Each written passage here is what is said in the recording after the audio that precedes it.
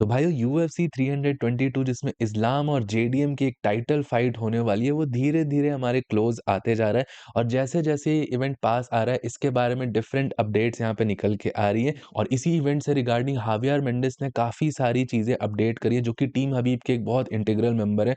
उन्होंने इस्लाम की प्रिपरेशंस के बारे में बताया है कि उनकी प्रिपरेशन किस तरीके से है।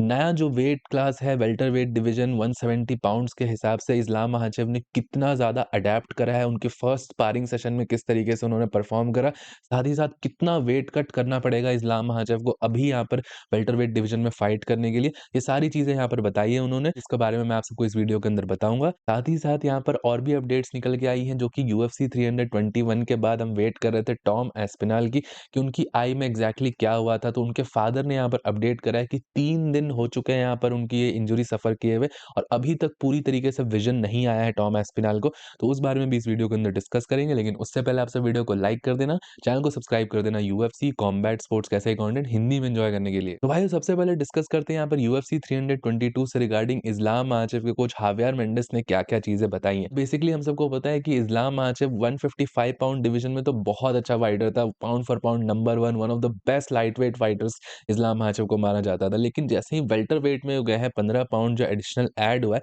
उसके अकॉर्डिंग इस्लाम माचेव का कैसा परफॉर्मेंस रहेगा, वो 15 पाउंड कितना डिफरेंस डालेगा, ये क्वेश्चन पूछा गया हावियर मेंडिस से। तो उन्होंने ऐसा बोला है कि उन्होंने रिसेंटली इस्लाम महाचेव को उनके फर्स्ट स्पारिंग सेशन में देखा और उसके बाद उनका ऐसा कहना है कि इस्लाम महाचेव एक कंप्लीटली डिफरेंट फाइटर है। जैसा हमने इस्लाम महाचेव को लाइट वेट में देखा था, उससे कंप्लीटली डिफरेंट है। एक नेक्स्ट लेवल बीस्ट यहाँ पर इस्लाम महाचेव ने अपने आप को प्रिपेयर करा है और बेसिकली उन्होंने एक बहुत अच्छा टर्म यूज़ करा। उनका ऐसा कहना है, जो वेल्टरवेट डिवीज़न की वेट लिमिट है, उसके अकॉर्डिंग इस्लाम ने बहुत अच्छी तरीके से अडैप्ट करा है। मतलब यही है कि जो नया वेट क्लास यहाँ पे मिला है इस्लाम महाचेव को, उसके अकॉर्डिंग उन्होंने अपना कार्डियो, उन्होंने अपनी फ्रीक्वेंसी, किस टेम्पो पे वो फाइट करने वाले हैं फाइट के अंदर, वो सारी चीज़ें उन्होंने अडैप्ट कर ली है और बेसिकली एक प्रॉपर गेम प्लान रेडी हो चुका है उनका वेल्टरवेट डेब्यू के लिए। अब देखिए भाइयों, मैंने आप सबको बहुत सारी वीडियोज़ में ये वेट क्लास वाली जो चेंज है, इसको कितना इफ़ेक्ट पड़ेगा, स्किल से कितना इस डिसएडवांटेज को कवर किया जा सकता है, ये सारी चीज़ें हमने बहुत बार डिस्कस करी है।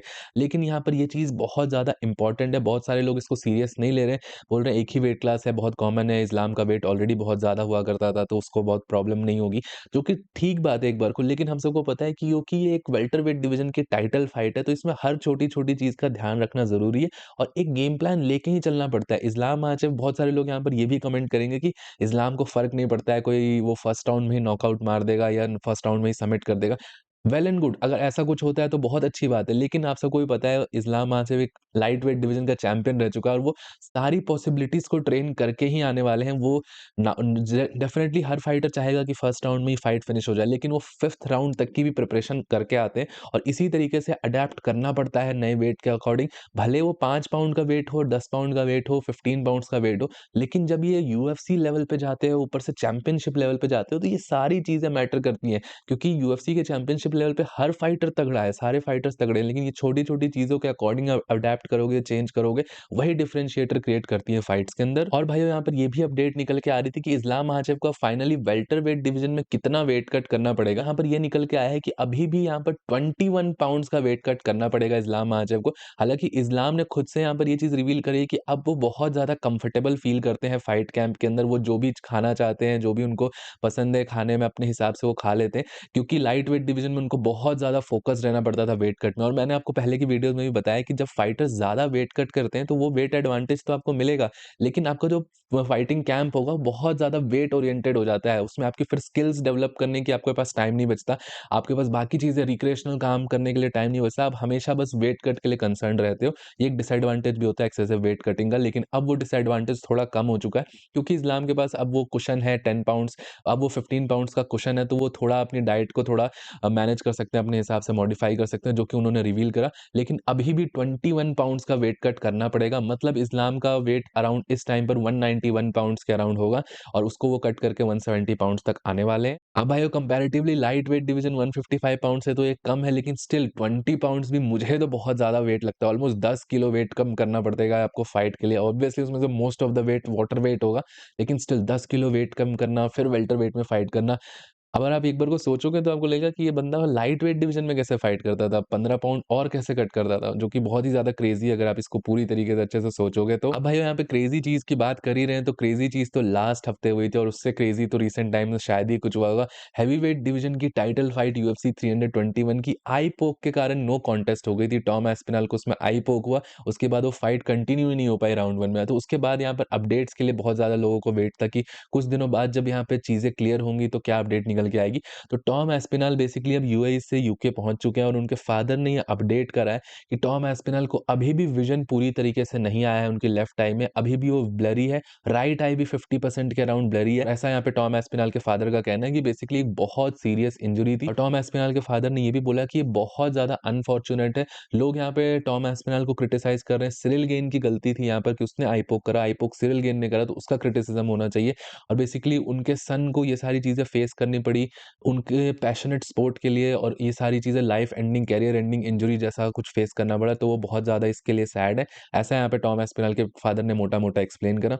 तो सीधी चीज़ ये है कि विज़न अभी तक नहीं आया है यहाँ पे टॉम एस्पिनल का, जो कि एक बहुत ज़्यादा कंसर्निंग चीज़ है क्योंकि बहुत सारे लोगों का ऐसा कहना था कि आई पोक हुआ, कोई नहीं, बहुत सुपरफिशियल डैमेज कुछ दिख नहीं रहा था, तो मेबी शायद ये 1-2 दिन में ठीक हो जाएगा और एक क्विक रीमैच बन सकता है और डेना व्हाइट ने भी यहाँ पर पोस्ट फाइट कॉन्फ्रेंस में यही बोला था कि वो जल्द से जल्द रीमैच बनाना चाहते हैं। लेकिन अभी यहाँ पर टॉम एस्पिनल के कैंप की तरफ से ऐसा कहा जा रहा है कि सीरियस आईपोक है, इससे रिकवर करने में टाइम भी लग सकता है। शायद 1-2 महीने यहाँ पे टाइम रिकवर करने में ही लग जाए, उसके बाद फिर इस फाइट को कब बनाया जाएगा, कब नहीं बनाया जाएगा, जो कि अभी के हिसाब से तो बिल्कुल ही पिक्चर बहुत ज़्यादा अनक्लियर है। रही बात भाइयों, आप सबको पता ही है कि पिछले कुछ टाइम से बहुत ज़्यादा डिबेट चल रही है कि ये कितना सीरियस आईपोक था, कितना नहीं था और जैसा मैंने आप सबको अपनी वीडियो के अंदर बताया था कि टॉम एस्पिनल का क्रिटिसिज़्म हो रहा है कि उसने कितने ज़्यादा व्लॉग्स, कितनी ज़्यादा एक्सप्लेनेशन दी है। अब मेरा ओपिनियन आपको मैंने पहले भी वाली वीडियो में भी बताया था कि ऑब्वियसली यहाँ पर मैं मानता हूँ कि यहाँ पर इंजरी हो चुकी होगी या इंजरी सच में थी टॉम एस्पिनल से, मैं पूरी तरीके से इस चीज़ से एग्री करता हूँ। लेकिन जिस तरीके से एस्पिनल ने अपने आप को कैरी करा है और ओवरऑल एस्पिनल की टीम ने जिस तरीके से उसको रिप्रेज़ेंट करा है, वो बहुत ज़्यादा बुरा लगा मुझे।